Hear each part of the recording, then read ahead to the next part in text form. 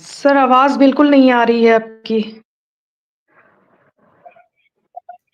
मैं फ़ोन पे था, एक फ़ोन फ़ोन पे था। जी, जी। जी, सर। जी। मेरा कहना ये है कहना कि ये है कि आपका माइक आपका ड्रॉप माइक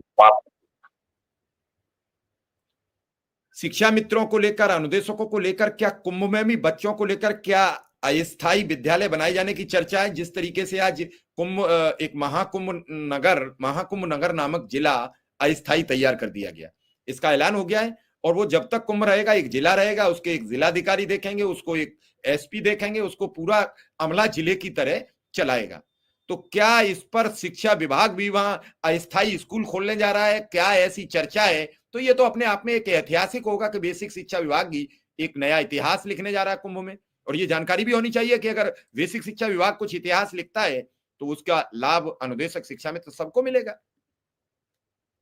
जी, जी, बिल्कुल। और ये हमारा सौभाग्य है कि हमें भी वहाँ पर उन बच्चों को पढ़ाने का अवसर मिल रहा है और हमारे साथ-साथ हमें इस बात की खुशी है कि हम वहाँ अपना प्रतिनिधित्व नहीं कर रहे हैं। हम उत्तर प्रदेश के 25,000 साढ़े 25,000 अनुदेशकों का प्रतिनिधित्व कर रहे हैं।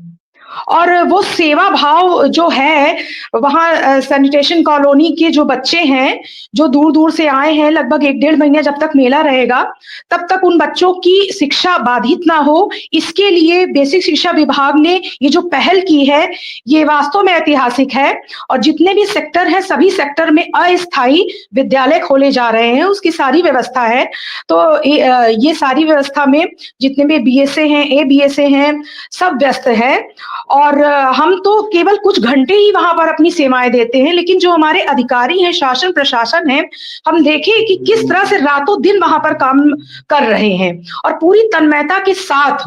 तो ये देखकर हमें बहुत अच्छा लगा और बहुत गर्व महसूस हुआ कि हम भी ऐसे विभाग से जुड़े हुए हैं और सेवा का एक अवसर मिल रहा है और इस सेवा के भाव में ही, इस सेवा के साथ में ही इतना हमें विश्वास हो गया है कि इस महाकुंभ के पावन धरती पर, पावन अवसर पर अनुदेशक और शिक्षा मित्र का उद्धार होना, कल्याण होना निश्चित है 101%।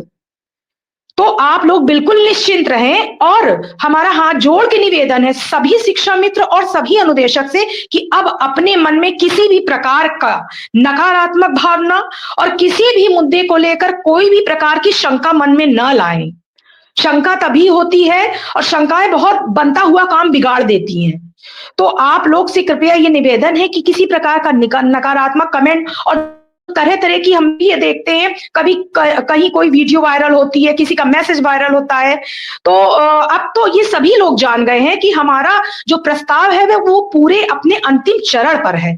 अब कोई अगर नई उसमें कुछ बताता है कि हमने ये कर दिया या हमने ये नहीं, कुछ भी टिप्पणी करता है तो वो सब बिल्कुल व्यर्थ की टिप्पणियाँ हैं।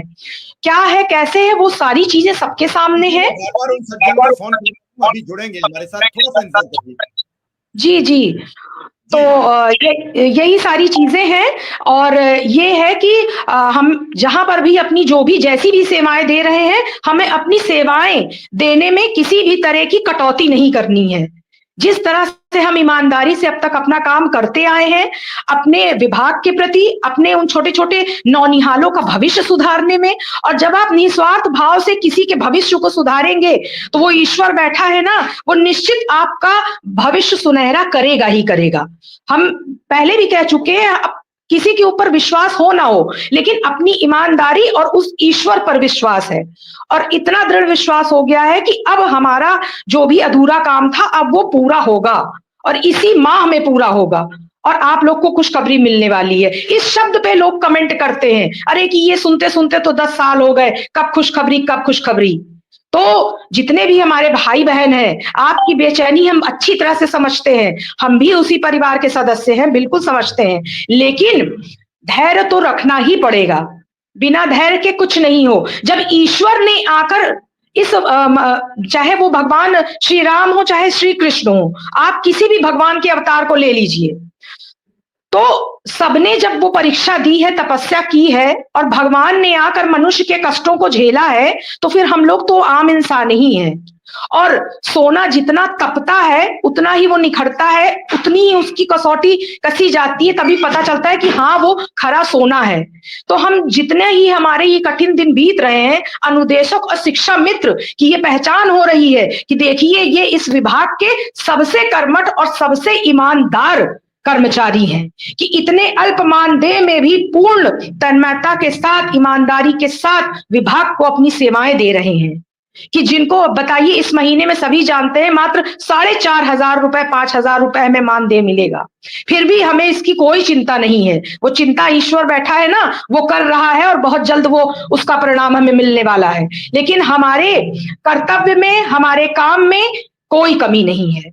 तो इतिहास इस बात का गवाह है और इतिहास बन रहा है। जिस तरह से रोज कोई ना कोई विधायक, माननीय विधायक जुड़ते हैं और सबके अंदर अनुदेशक और शिक्षा मित्र की पीड़ा है, सब उस पीड़ा को जानते हैं। आज सोचिए, क्या आज से 1 साल पहले, 2 साल पहले